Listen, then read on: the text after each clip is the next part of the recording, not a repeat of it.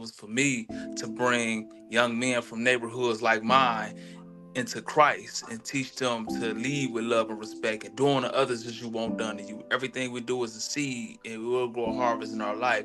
And so that's my mission on this earth, to preach that to little young boys on the corner and, you know, just transform lost, broken young boys into self-accountable men who lead with love and respect. And so I believe that's what I put here to do for real. He said, what bring pain in your heart is what God has qualified you to heal. And so it's a blessing like being where I'm from and went through. And so I know who the people I supposed to reach, because when that's what I feel. And that's what bring pain in my heart when a 14-year-old boy get gunned down, or you know what I'm saying. And so I know those are the people I need to be speaking to. And so like messengers are raised and not sent. And so when you from it, you could feel it. And so that's why Jesus, he was sent to the Jews first, because that's where he from. Yeah. And so like I can't go talk to Fortune 500 kids and tell them, like, and so I know who, even though I probably can, but it's a blessing that we go through certain things because those are the people who God sent us to. And so I got that from Nuri Muhammad for real. Like, messengers are raised, not sent. And so you are meant to, go through these certain things so you can learn the lessons to help the people where you from for real. Yeah, that makes a lot of sense. That makes a lot of sense. For real. I didn't learn anything without crashing or going to jail or getting or somebody dying, because my mama didn't teach me nothing. Like nothing at all. My mama, only thing she ever said is, "Love is a 5-letter word, MONEY." That was her favorite. It was a song, and that's what she repeated. And it was another thing she always said was like, "Boy, when you turn 18, go ahead and play crazy and get you an SSI check so the white man can take care of you forever." And so Oh, those was the oh, life lessons that my mama told me. And another thing, like, now, your hair nappy, boy, so make sure you have a baby by a white girl so you don't have them nappy head ass ugly kids running around here. And so that's oh the my type of stuff. God. Yeah, and so that's the type of stuff was in my household, my mama. And so everything I had to learn, I had to die or gunfire headed to me or going to jail. Mm, So I would tell my younger self, lead with love and respect. If you want yes. support, go support somebody. If you Mm-hmm. want love, go and love somebody. You want help, go and help somebody. And the person you doing that to ain't gonna be the person who gonna help you back. It's gonna be when you Yeah, it's just disrespect them. something. It's something that has to come from here.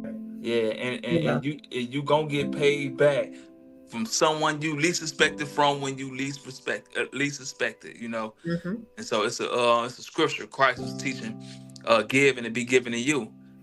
And a Mm-hmm. lot of times we don't believe that because this person we gave to ain't gonna give us nothing. But it don't work like that. We gonna be blessed when we least suspect it from somebody we least suspect it from. And that's how it worked for real. And so I would just say sow better seeds, and whatever I want, I have to do and lead with love and respect for real.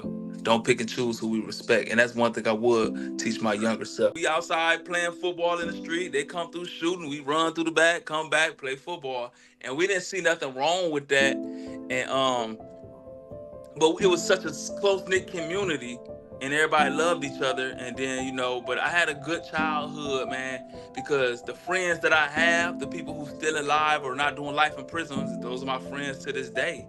You know, and like, because when you break down what is love, it says love is patient, love is kind, love forgives, love don't brag or boast. And they saying you ain't bragging boasting about what you love. It's saying basically if you do something for somebody, you don't brag or boast about it because you're doing it out Right. of love. And so that is Yes. all action. And so leading with love is being a blessing, giving, for like lead with love and lead with respect. You know what I'm saying? And so that's what I'm on right now. And I'm about to do this love and respect tour. So do not look Yeah. at it. Don't let your kid look at it. Protect your spirit, because words are seeds.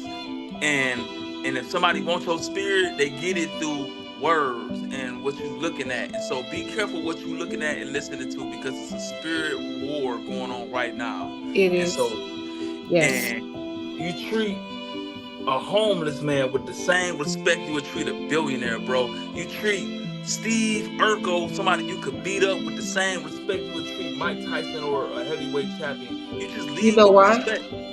You know why? Because we're all human. Yes. And when you go in someone environment, right? And a lot of people disagree with this. Like, I don't got like if this environment you go in there and say we don't tolerate the color red, bro, and you go over there, I'm gonna wear it anyway.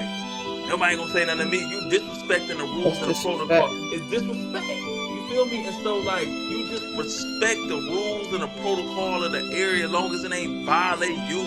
You know what I'm saying? Like, and if it is violent, just stay away from it.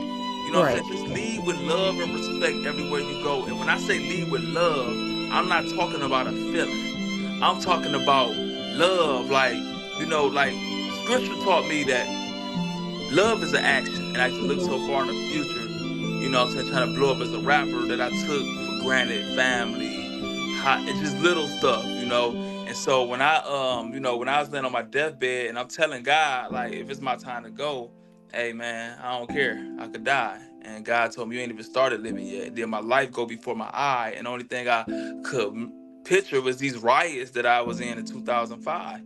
And so at that time I knew I lived a terrible life. Like I was like I just didn't appreciate the gift of today.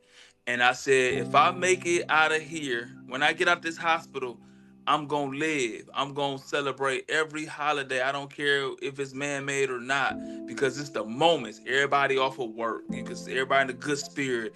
Yeah. You make like you just taking it ain't about the hot, it's about the moments with your people. I'm gonna tell all my homies I love them. You know what I'm saying? Like we ain't say that. Like, man, nigga, you gay. You tell tell your homie you love her. Like, man, what you on? Boy, you gay. And so I don't care if y'all call me gay. I love you. Nigga, what you on? Yeah. You gay, man. So no, I love you, man. Like you say it back, boy, we gonna fight. You know what I'm saying? But like I just start living in the moment, making the most out of every moment. Like it just made me appreciate life, and I understood life is a gift. Like, I mean, Hmm. like it's just the gift of today. Just waking up in the morning is a blessing, man. It's a gift. Like It it's a is. gift of today. Absolutely. And Miss Woods, my fifth grade teacher, like I was always a class clown. I thought I was a comedian and stuff like that. And so I had straight F's. I had perfect attendance and straight F's one time. But in the Wow. fifth grade, Miss Woods, she introduced me to reading. And so I couldn't do math worth or nothing, but I was always a good reader. My sister used to read to me when I was a kid, and I always loved listening to people reading to me. But Miss Woods gave me Malcolm X book when I was 10 years old, and I read it, fell in love. Then she gave me Rolling Thunder, Hear My Cry, loved it, Hmm. and I just became a reader. So Miss Woods made me, that really changed my life, was her. That's good. That's wonderful. That's wonderful. It's a book that I read back in, I want to say, eighth grade. I don't know if you heard of it. It's called Makes Me Want to Holler by Nathan McCall. If you Yeah, have I not never read, read it, but I know exactly what you're talking about. I never read it though, if you ever get time, read that book. for sure. It's it kind of what you're telling me about your life. Kind of kind of reminds me of that a little bit. He's just read it if you ever get time. I It's a will, for really sure. good book. You know, and I will always say a good attitude will take you way further in life than your talent or your grade point average. And so I had a lot That's of true. gifts, but I never could reach my full potential because my attitude, my talent would get me here, my gifts would get me here, and my attitude wouldn't keep me there. We have to understand, we had to protect our soul, we had to protect our spirit, we had to protect our mind. And scripture teaches us a war we fight right now, it ain't in the flesh, it's a spirit fight. And just understand we in a fight right now, bro. Satan is Hmm. turning the heat up. He turning the heat up, bro. And that's why, I mean, it's being pushed to uh our little boys, like it's like it's forced to try to have them date another boy.